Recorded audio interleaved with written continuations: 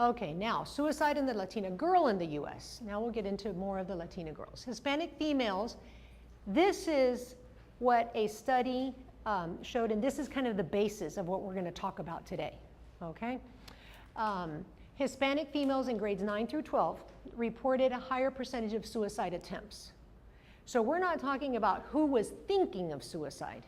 We're talking about attempters, actual individuals that tried to take their life. Okay? 14% of the Hispanic girls. That's almost double than the white and blacks. That's a big number. And these are suicide attempts. Again, this is the importance of suicide attempts. Once it's a suicide attempt, you're not affecting only that in your individual. You're affecting everyone. You're affecting the community, you're affecting the family, you're affecting the peers, right? So these, even though we're not necessarily going to talk about the community impact of suicide, we have to keep this in mind every time we say suicide attempt. 1/4 of the Hispanic girls in high school in 1997 had a suicide plan. So this isn't attempt, this is a plan. So they went past just the thinking about it, they were actually going to do something about it. They just hadn't gotten to that plan. That's 23, 24, 25. So let's say 1/4 of all these girls. So 1 out of 4 kids, out of 4 Latino girls in this age group was thinking and had a plan and was getting close to trying to take their lives. And then we can see the statistics of the other groups, which actually I think they're high still also. Those numbers are scary, right? This is very interesting, I think always. The US born more likely to attempt suicide than foreign born. Why that's it, we can speculate. But there are no clear studies that say why that is. But maybe when we talk about culture and we talk about family bonding and we talk about communication, then that's something that we will have some ideas about. But again, there's not really any studies that differentiate the two or have really studied in detail why that's the case. But that's something that when you're sitting in your office or working with the kids that you really need to think about. Because if the kiddo was US born, right, but their parents are immigrants, it seems like there's a higher risk that if, even though the immigration causes a lot of stress, right, and a 15-year-old is changing from a school in Mexico to a school here in the States and has language issues and difficulties with interacting with peers because of that, the US born still has a higher risk of the suicide attempt. Isn't that interesting? Okay, the other thing is Hispanic means an origin from Spain, right? But we have people from Mexico, Guatemala, Colombia, a whole bunch of different, and there are regional differences, there are country differences, but it seems like the suicide attempts are across the board in all these.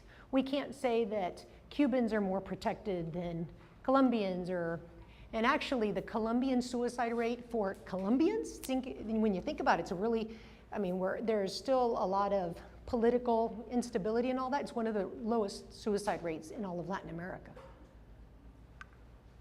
Not the ones that have migrated here, but the ones that are still living over there. Okay, so this is now the famous guy. He's the one that's doing the studies about Latino girls' suicide and the interaction.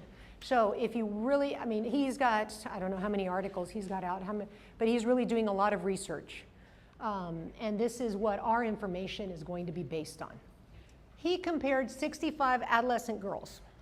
He compared the 65 adolescent girls with recent suicide attempts and their moms, okay? And 75 without suicide attempts and their mothers. But this is a population out of New York. So does that have anything to do with, it's different than, you know, getting girls out of Bexar County or there might be some difference, okay? But we can't, they controlled apparently for that. I always have issues with this controlling for because we really don't know how that happens necessarily, right? Unless the numbers are really, really high. So symptoms of depression associated with bicultural stress, or they studied those things. So culture, basically. The adaptation, the assimilating and being, let's say, understanding the culture and being able to adapt and incorporate yourself into the culture. So the Latino culture into the US culture. Is that pretty clear? Because that's one of the concepts. Now, what they did find was that the girls tend to acculturate, right, much quicker than their parents or their mothers. That also kind of makes sense because the moms aren't necessarily out there interacting with the new culture, right? They either stay at home or they tend to maintain the same circle of friends, right? Or they tend to interact with Latinas and Hispanic women. And so they really aren't forced to, right? And they're also seeing it now as an adult and not as a teenager in the new culture, okay? So the girls they have to adapt, that's survival. They go into the high schools and they have to start adapting and assimilating the culture, because if that's not the case, can you imagine how conflicting that would be for the girls, right? And what do we talk about with culture? For example, the issues with dating, big issue, right? That's a big focus of stress as well. The issues with how they relate to other individuals and authority figures, right? That's something that's very different as well. The expectations, for example, what would be the expectation of a Latino girl from a very conservative Latino family? The expectation is that you're obedient, right? That you maintain your place, and this sounds really good, but it's the reality. It sounds almost like out of the movie, but it is. It is the expectation still. The expectation that you're supposed to, and we'll talk about that, the family beliefs, but the expectation that the family is the most important, right? And you put family ahead of your own needs. So if you have a really cool party to go to at 8 o'clock, but your parents need you to babysit your 5-year-old brother, then you keep your mouth closed and you babysit your 5-year-old brother, right? And you just have to accept it. So all those things are very different, and those can cause stress, but what we'll see is also that isn't the main factor that contributes to the suicide attempts. So the study looks at acculturation, family belief system, typo. The family belief system is what we talked about, is that the family is the most important. You sacrifice, right? And sacrifice is not a negative thing. It's not a negative concept either, right? It doesn't mean that it's painful, but you put family ahead of yourself. And that's something very typical of kind of more of the conservative, traditional Hispanic families. And they also study the quality of the mother-daughter relationship. And we'll see the breakdown of what mother-daughter relationship means. So what were the research questions? Basically, in the study, the research questions were, how do Latina suicide attempters and not attempters differ on cultural and relational variables? So kind of what we've been talking about. The relationship between the Latinas and their mothers. And also characteristics that distinguish mothers of suicide attempters and not attempters.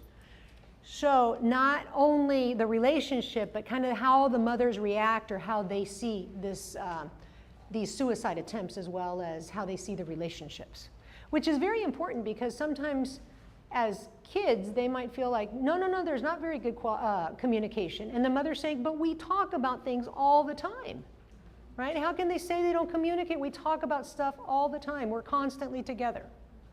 So defining the quality again of communication is not the talking only.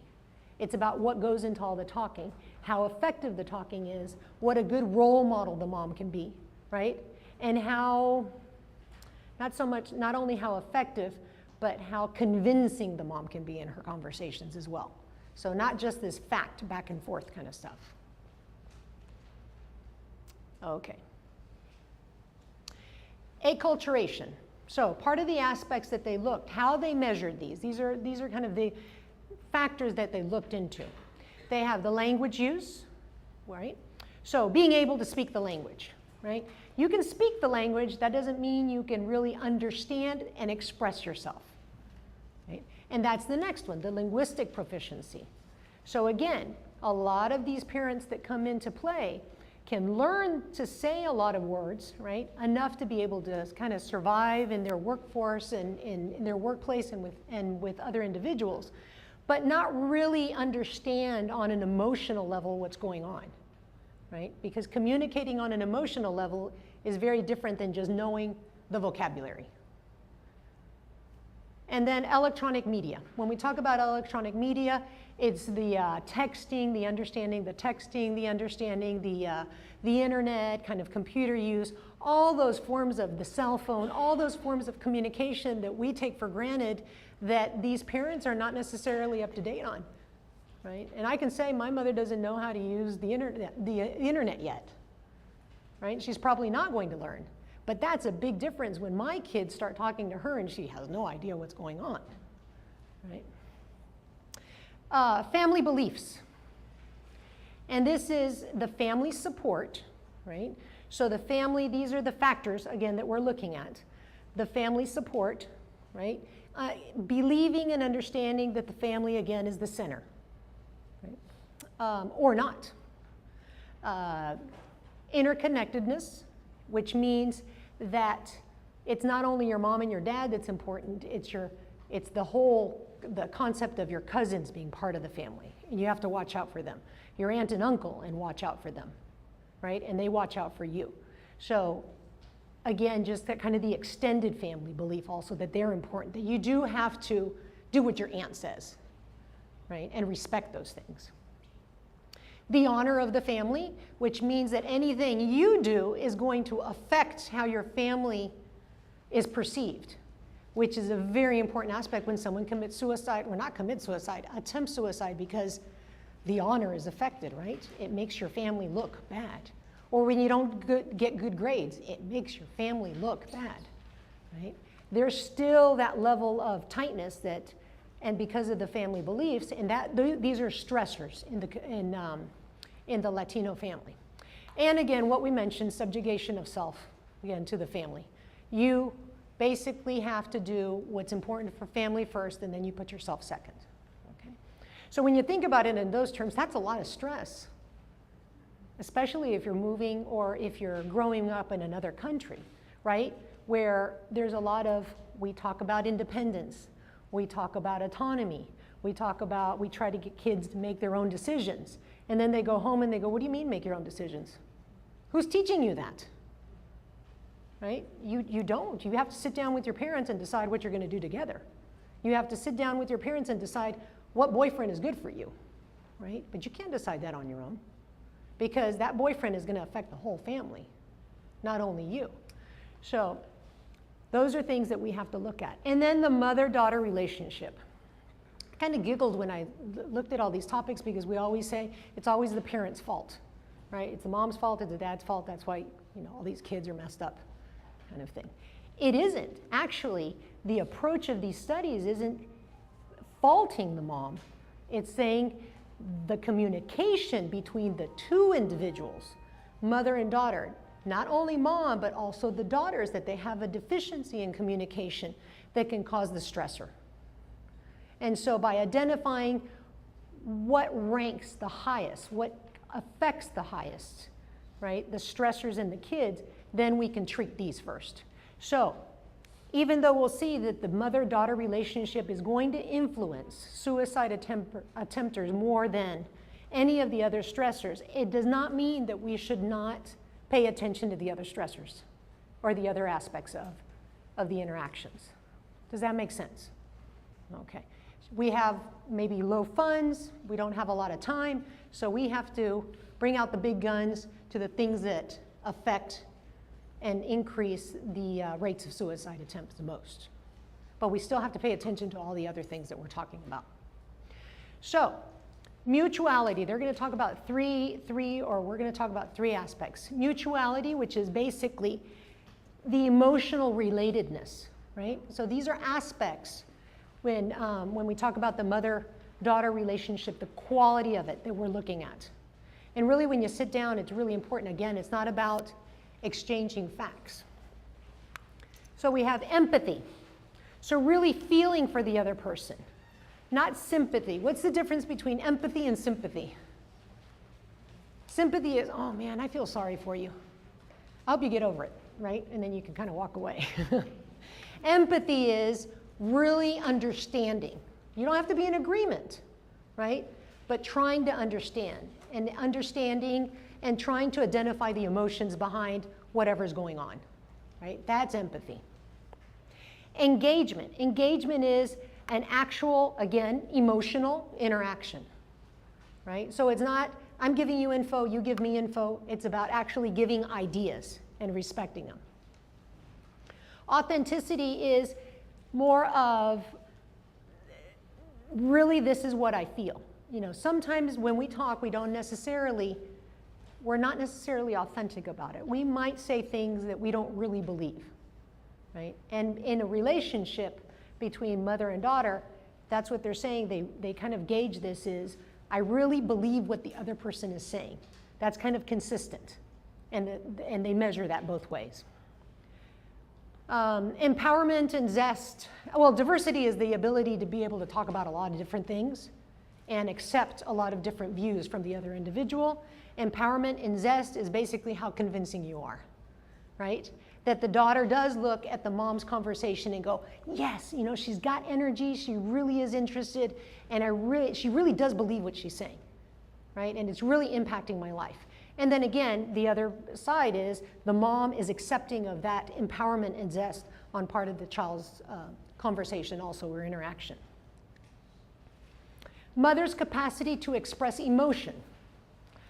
Sometimes, I don't know why we have this, and I'm going to again speak for the Latino, we have this, if I am emotional, I get to cry, I get to say all these things, right? But when it comes down to authority figure, it's important to not be emotional, because if you're not emotional, then you're more convincing.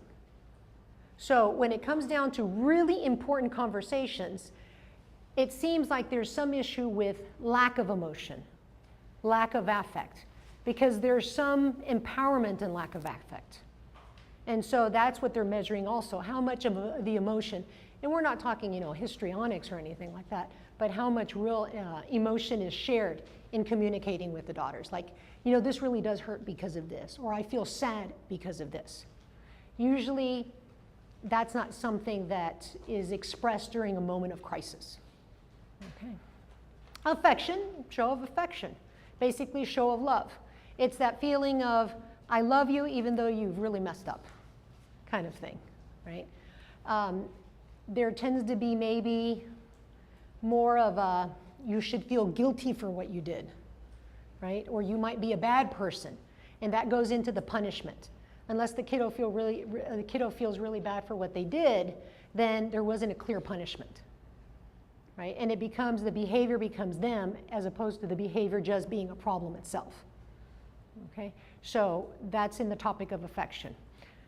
And support is, part of that also is basically, if you're having a hard time, this is the, you know, or your behavior was a bad behavior, I'm still gonna be there though, and we're still gonna get through this, right? A little bit different than affection, but it's also a very important aspect. They measured all this. They asked the girls what they thought of themselves with this. They asked the girls what they thought about their mothers. The mothers were asked what they thought if their girls had this, if their daughters, and what they thought of themselves as well. Okay.